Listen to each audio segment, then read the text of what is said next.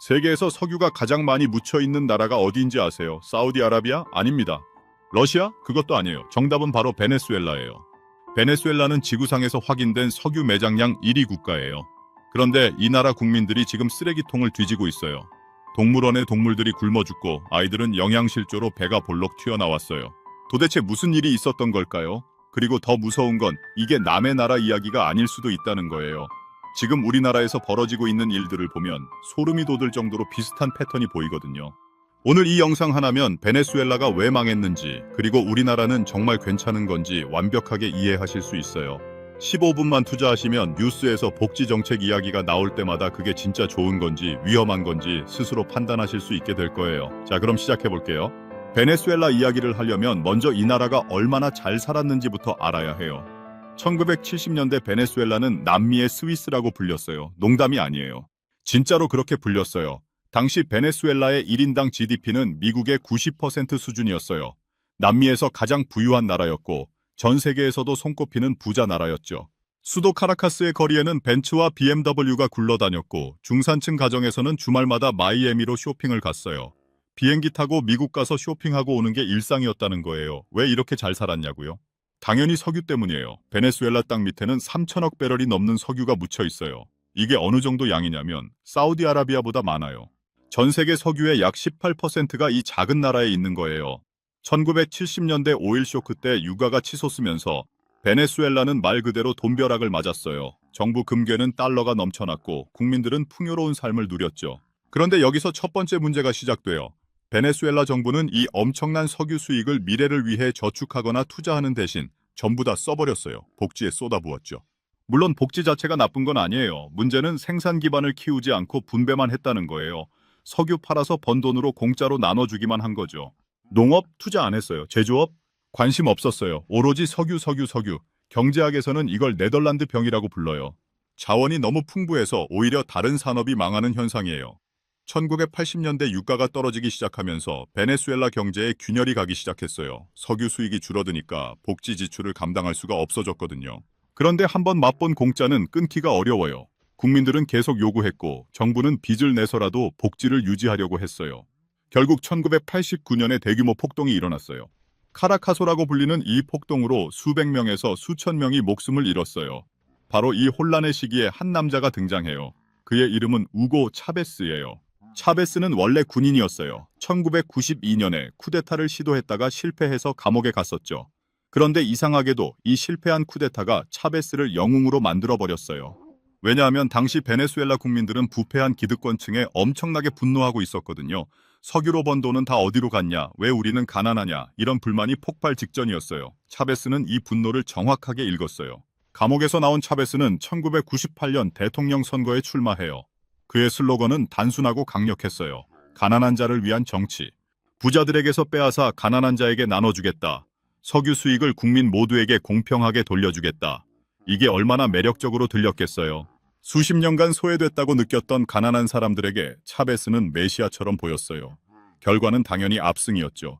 차베스는 56%의 득표율로 대통령에 당선됐어요. 대통령이 된 차베스는 약속을 지켰어요. 아니, 약속 이상으로 퍼주기 시작했어요. 미시온이라고 불리는 사회 프로그램을 대대적으로 시행했죠. 미션 바리오 아덴트로는 무상 의료 프로그램이었어요. 쿠바에서 의사들을 데려와서 가난한 동네마다 무료 진료소를 세웠어요. 미션 로빈스는 무상 교육 프로그램이었고요. 성인 문맹 퇴치부터 시작해서 대학 교육까지 전부 무료로 제공했어요. 미션 비비엔다는 무상 주택 프로그램이었어요. 저소득층에게 집을 지어서 그냥 줬어요. 여기서 잠깐, 이게 나쁜 거냐고요? 아니요, 이것 자체는 나쁜 게 아니에요. 문제는 재원이에요. 이 모든 프로그램의 비용이 전부 석유 수익에서 나왔어요. 베네수엘라 정부 수입의 95%가 석유 수출이었어요. 95%요.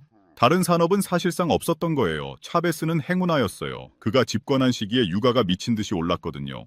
2000년대 초반 배럴당 20달러 하던 유가가 2008년에는 140달러까지 치솟았어요.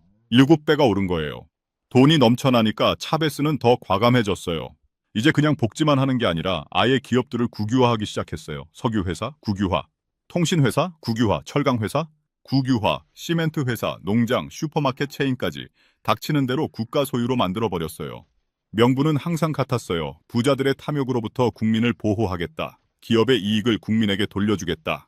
그런데 여기서 경제학의 냉정한 진실이 드러나요.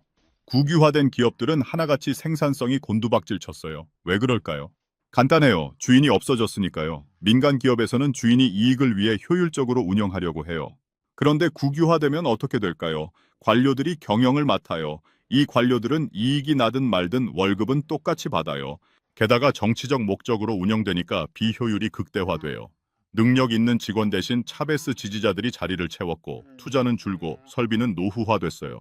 대표적인 사례가 국영석유회사 PDVSA예요. 차베스가 집권하기 전에 PDVSA는 세계에서 가장 효율적인 석유회사 중 하나였어요. 그런데 차베스가 경영진을 전부 자기 사람으로 바꾸고 수익을 복지에 직접 쏟아붓게 하면서 회사가 망가지기 시작했어요. 유전 시설에 투자할 돈이 없어졌고 기술자들은 해외로 떠났어요. 석유 생산량이 1998년 하루 350만 배럴에서 계속 줄어들기 시작했어요. 그리고 차베스는 한 가지 치명적인 실수를 더해요. 가격 통제예요. 물가가 오르니까 그냥 법으로 가격을 못 올리게 막아버린 거예요. 쌀값, 밀가루값, 고기값, 기름값. 정부가 정한 가격 이상으로 팔면 처벌받게 했어요. 이게 좋은 정책처럼 보이죠? 물가를 잡아서 서민을 보호하겠다. 그런데 경제학 교과서 1장에 나오는 기초적인 원리가 있어요. 가격을 인위적으로 낮추면 공급이 줄어든다는 거예요. 생각해보세요. 당신이 농부인데 쌀을 생산하는 데 드는 비용이 10만 원이에요. 그런데 정부가 8만 원에 팔라고 해요. 팔면 팔수록 손해예요. 어떻게 하겠어요? 당연히 농사를 그만두죠. 아니면 암시장에 몰래 팔거나요. 실제로 베네수엘라에서 그런 일이 벌어졌어요. 농부들이 농사를 포기하고 공장들이 문을 닫았어요. 슈퍼마켓 진열대가 텅텅 비기 시작했어요. 자, 여기까지가 차베스 시대의 이야기예요. 그런데 진짜 비극은 아직 시작도 안 했어요. 차베스는 2013년에 암으로 세상을 떠났어요. 그리고 그의 후계자 니콜라스 마두로가 등장해요. 마두로가 물려받은 건 시한폭탄이었어요. 그리고 2014년 그 폭탄이 터져요. 바로 유가 폭락이에요. 배럴당 100달러를 넘던 유가가 30달러 아래로 곤두박질 쳤어요. 베네수엘라 경제의 95%를 책임지던 수입원이 3분의 1로 쪼그라든 거예요. 여기서 잠깐 궁금하실 거예요. 유가가 떨어지면 왜 그렇게 큰 문제가 되냐고요. 쉽게 설명해 드릴게요. 베네수엘라 정부의 수입 구조를 집안 살림에 비유해 볼게요. 월급이 100만 원인데 95만 원이 남편 월급이고 아내가 버는 건 5만 원이에요. 그런데 어느 날 남편이 직장에서 잘려서 월급이 30만 원으로 줄어들었어요. 그런데 이미 100만 원 기준으로 대출받아 집도 샀고 아이들 학원비도 내고 있었어요. 어떻게 되겠어요? 파산이죠. 베네수엘라 정부가 정확히 그 상황에 놓였어요. 석유 수입이 급감했는데 복지 지출은 줄일 수가 없었어요. 줄이면 폭동이 일어날 테니까요. 그래서 정부가 선택한 방법은요, 돈을 찍어내는 거였어요. 중앙은행에서 화폐를 마구 찍어냈어요. 경제학에서는 이걸 화폐 발행으로 재정 적자를 메운다고 표현해요. 결과는요? 인플레이션이에요. 돈의 가치가 폭락하는 거죠. 처음에는 연간 50% 인플레이션이었어요. 그것도 심각한 수준이에요. 그런데 이게 100%가 되고 500%가 되고 1만 %가 됐어요. 2018년에는 IMF 추정으로 100만 %를 넘어섰어요. 100만 %요. 이게 어떤 의미냐면 아침에 커피 한 잔에 1만 볼리바르였다면 저녁에는 10만 볼리바르가 된다는 거예요. 월급을 받으면 당장 그날 써버려야 해요. 안 그러면 다음 날이면 휴지 조각이 되니까요. 시중에 현금이 너무 많아지니까 화폐 자체가 무의미해졌어요. 실제로 카라카스 거리에서는 지폐가 바닥에 굴러다녔어요. 아무도 줍지 않았어요. 줍는 수고보다 가치가 없었으니까요. 100볼리바르 지폐로는 껌 하나도 못 사요. 사람들은 물건을 사려면 지폐를 가방이 아니라 수레에 실어 가야 했어요. 이건 과장이 아니에요. 실제로 그랬어요. 슈퍼마켓에는 물건이 없었어요. 있어도 살 수가 없었어요. 가격 통제 때문에 정상 가격으로는 아무도 물건을 팔지 않았고 암시장 가격은 천정부지로 치솟았어요. 한 달 월급으로 계란 한 판을 사기 어려웠어요. 병원에는 약이 없었어요. 의사들은 이미 다 해외로 떠났고요. 수술실에 소독약이 없어서 수술을 못하는 상황이 벌어졌어요. 그리고 굶주린 사람들은 믿을 수 없는 일을 하기 시작했어요. 동물원의 동물들이 사라졌어요. 먹을 게 없어서 동물원 동물들을 잡아먹은 거예요. 카라카스 동물원에서 말, 버팔로, 염소가 도난당했다는 뉴스가 나왔어요. 길거리의 개와 고양이도 자취를 감췄어요. 쓰레기통을 뒤지는 사람들이 너무 많아져서 정부가 쓰레기통에 자물쇠를 채웠어요. 그러자 사람들은 새벽에 쓰레기차를 쫓아다녔어요. 이 상황이 너무 끔찍해서 사람들은 나라를 떠나기 시작했어요. 2015년부터 2020년까지 약 500만 명이 베네수엘라를 탈출했어요. 인구 3천만 명 중 500만 명이에요. 대부분 콜롬비아, 페루, 브라질로 걸어서 국경을 넘었어요. 비행기는커녕 버스비도 없었으니까요. 아이를 데리고 며칠씩 걸어서 국경을 넘는 가족들의 사진이 전 세계에 퍼졌어요. 세계에서 석유가 가장 많은 나라에서 벌어지는 일이라고는 믿기 어려웠죠. 자, 여기까지 듣고 이런 생각하시는 분 분명히 계실 거예요. 베네수엘라가 불쌍하긴 한데 그건 남미 이야기고 우리랑은 상관없는 거 아니야. 차베스 같은 독재자가 있는 것도 아니고 우리는 민주주의 국가잖아. 그런데요, 진짜 무서운 건 지금부터예요. 우리나라에서 지금 일어나고 있는 일들을 보면 소름이 돋을 정도로 비슷한 패턴이 보이거든요. 우리나라 복지 예산이 얼마나 빠르게 늘어나고 있는지 아세요? 2010년 대한민국 복지 예산은 약 81조 원이었어요. 그런데 2024년에는 얼마가 됐을까요? 무려 226조 원이에요. 14년 만에 거의 3배가 된 거예요. 전체 국가 예산의 35%가 복지에 들어가요. 3명이 낸 세금 중 1명분 이상이 복지로 나간다는 거예요. 물론 복지가 나쁜 건 아니에요. 아까도 말씀드렸잖아요. 문제는 속도와 재원이에요. 우리나라 복지 예산 증가 속도가 경제 성장 속도보다 훨씬 빨라요. GDP 성장률은 연평균 2에서 3% 수준인데 복지 예산은 연평균 8에서 10%씩 늘어나고 있어요. 이게 무슨 뜻이냐면 버는 것보다 쓰는 게 더 빨리 늘어난다는 거예요. 가계로 치면 월급은 조금씩 오르는데 생활비는 훨씬 빨리 늘어나는 상황이에요. 언젠가는 적자가 날 수밖에 없는 구조죠. 그런데 더 심각한 문제가 있어요. 바로 선거철마다 벌어지는 포퓰리즘 경쟁이에요. 선거가 다가오면 여당이든 야당이든 앞다퉈서 퍼주기 공약을 내놔요. 청년에게 매달 100만 원, 노인에게 기초연금 인상, 아이 낳으면 1억 원, 전 국민에게 재난지원금. 한번 생각해 보세요. 정치인 입장에서 표를 얻으려면 뭐가 가장 쉬울까요? 당연히 돈 주겠다고 약속하는 거예요. 미래 세대가 갚아야 할 빚을 지금 표로 바꾸는 거죠. 지방자치단체 상황은 더 심각해요. 서울시에서 청년수당을 만들었더니 경기도에서 더 큰 금액으로 따라해요. 경기도에서 산후조리비 지원하니까 다른 시도에서 더 많이 준다고 해요. 출산 축하금이 100만 원에서 200만 원으로 500만 원으로 급기야 1,000만 원까지 올라가는 지역도 생겼어요. 마치 경매하듯이 경쟁적으로 금액을 올려요. 그런데 그 돈이 어디서 나올까요? 대부분 빚이에요. 지방채를 발행하거나 중앙정부에서 교부금을 받아서 쓰는 거예요. 실제 사례를 하나 말씀드릴게요. 2022년 대선 때 양 진영에서 내건 공약들의 예상 소요 비용을 다 더하면 어떻게 됐을까요? 한 후보는 임기 5년간 약 200조 원, 다른 후보는 약 250조 원이 필요한 공약을 내걸었어요. 200조 원이면 우리나라 1년 예산의 3분의 1이에요. 그런데 재원 마련 방안은요, 구체적인 게 거의 없었어요. 그냥 경제가 성장하면 세수가 늘어나서 충당할 수 있다. 이런 막연한 이야기뿐이었죠. 여기서 아까 베네수엘라 이야기 기억나세요? 차베스도 똑같이 말했어요. 석유값이 계속 오르면 괜찮다. 경제가 성장하면 다 해결된다. 그런데 유가가 떨어지니까 어떻게 됐어요? 나라가 망했잖아요. 우리도 경제가 성장한다는 가정하에 복지를 늘리고 있어요. 그런데 만약 경제가 예상만큼 성장하지 않으면요. 만약 저출산 고령화로 경제가 오히려 쪼그라들면요. 우리나라 국가부채 상황을 한번 볼게요. 2000년에 우리나라 국가 채무는 GDP 대비 17% 수준이었어요. 세계에서 가장 건전한 재정을 자랑하는 나라였죠. 그런데 2024년에는 50%를 넘어섰어요. 24년 만에 3배가 된 거예요. 아직 다른 선진국에 비하면 양호한 수준이라고 말하는 사람들이 있어요.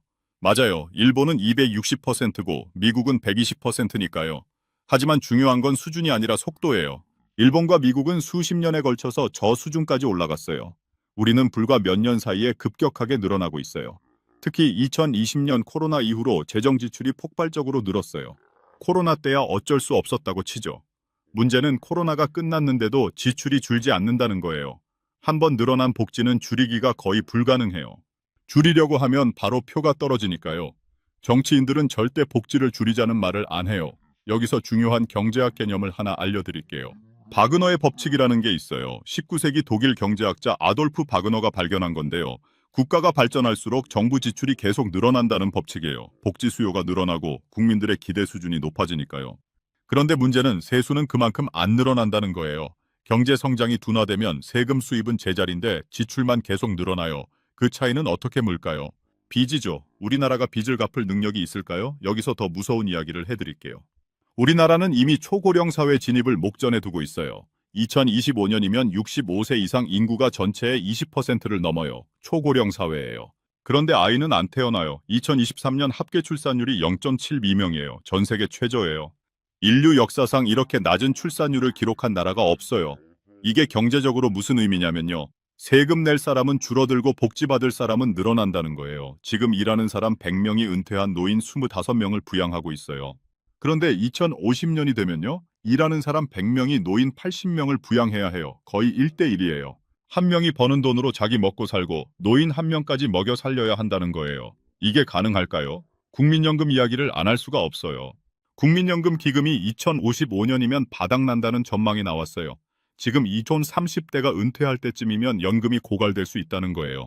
평생 연금 넣었는데 한 푼도 못 받을 수도 있어요. 물론 국가가 세금으로 메꾸겠죠. 그런데 그 세금은 누가 낼까요? 그때쯤이면 일하는 사람 수가 훨씬 줄어들어 있을 텐데요. 결국 세금 폭탄이 되거나 연금 지급액이 크게 줄거나 둘 중 하나예요.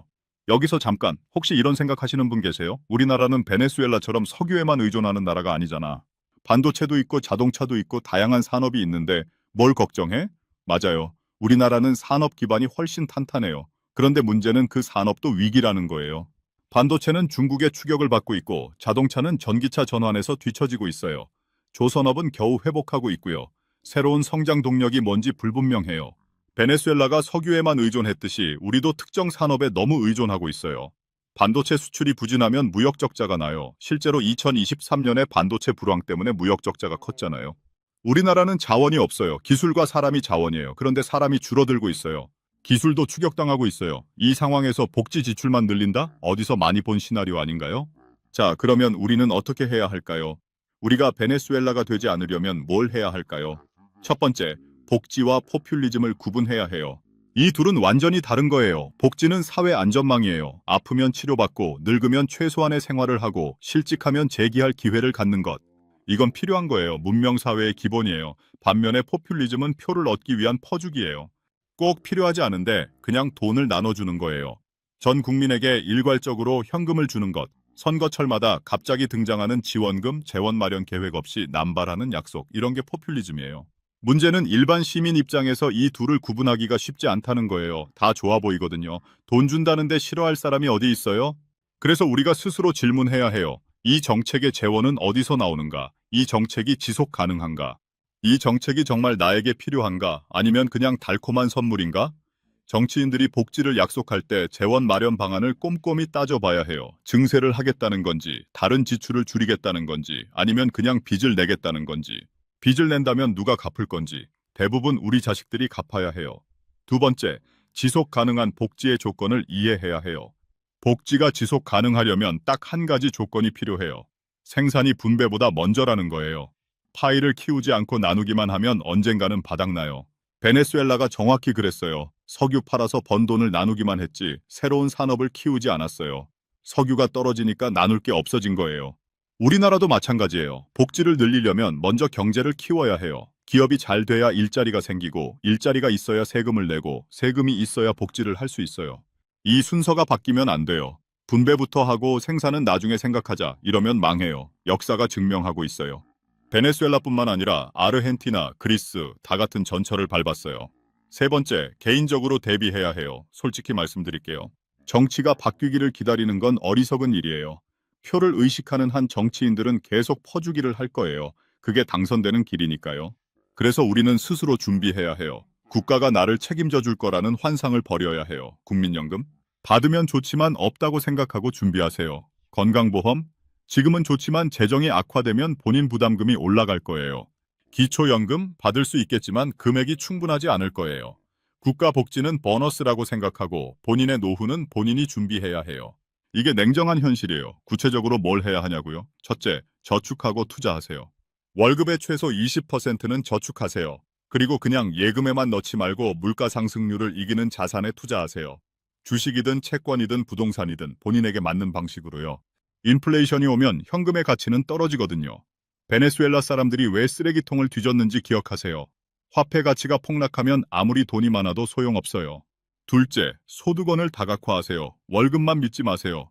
부업이든 투자 수익이든 임대 소득이든 여러 곳에서 돈이 들어오게 만드세요. 베네수엘라가 석유 하나에 모든 걸 걸었다가 망했잖아요. 개인도 마찬가지예요. 소득원이 하나뿐이면 그게 끊기는 순간 끝이에요. 셋째, 최악의 상황을 상상하세요. 만약 국민연금이 고갈되면, 만약 건강보험 재정이 바닥나면, 만약 경제 위기가 오면 이런 상황에서도 살아남을 수 있는 계획을 세워두세요. 비상금은 최소 6개월치 생활비를 확보하세요.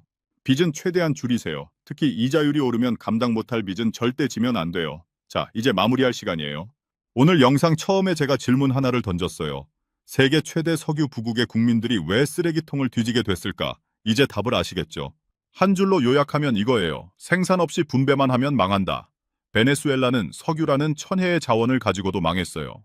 왜냐하면 그 돈을 미래를 위해 투자하지 않고 당장의 인기를 위해 다 나눠줬으니까요. 달콤한 공짜에 취해서 경제의 기본 원리를 무시했으니까요. 그리고 그 대가는 국민 전체가 치르고 있어요. 지금 이 순간에도 수백만 명의 베네수엘라 사람들이 굶주리고 있어요. 우리나라는 아직 베네수엘라가 아니에요. 아직은요. 하지만 경고등은 켜졌어요. 저출산, 고령화, 늘어나는 복지 지출, 경쟁적 포퓰리즘. 이 모든 요소가 우리를 베네수엘라의 길로 끌어당기고 있어요. 지금 방향을 바꾸지 않으면 20년 후, 30년 후에 우리 자식들이 그 대가를 치르게 될 거예요. 그러니까 오늘부터 눈을 크게 뜨세요. 정치인이 무상이니 지원금이니 하면서 달콤한 말을 할 때 그 뒤에 숨겨진 청구서가 누구에게 갈지 생각하세요.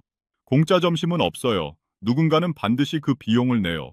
지금 당장은 내가 아닌 것처럼 보여도 결국에는 내가 내거나 내 자식이 내요. 역사를 아는 사람은 같은 실수를 반복하지 않아요. 오늘 여러분은 베네수엘라의 역사를 알게 됐어요. 이제 선택은 여러분 몫이에요. 달콤한 공짜에 취할 것인가? 아니면 냉정하게 미래를 준비할 것인가? 저는 여러분이 현명한 선택을 하실 거라고 믿어요.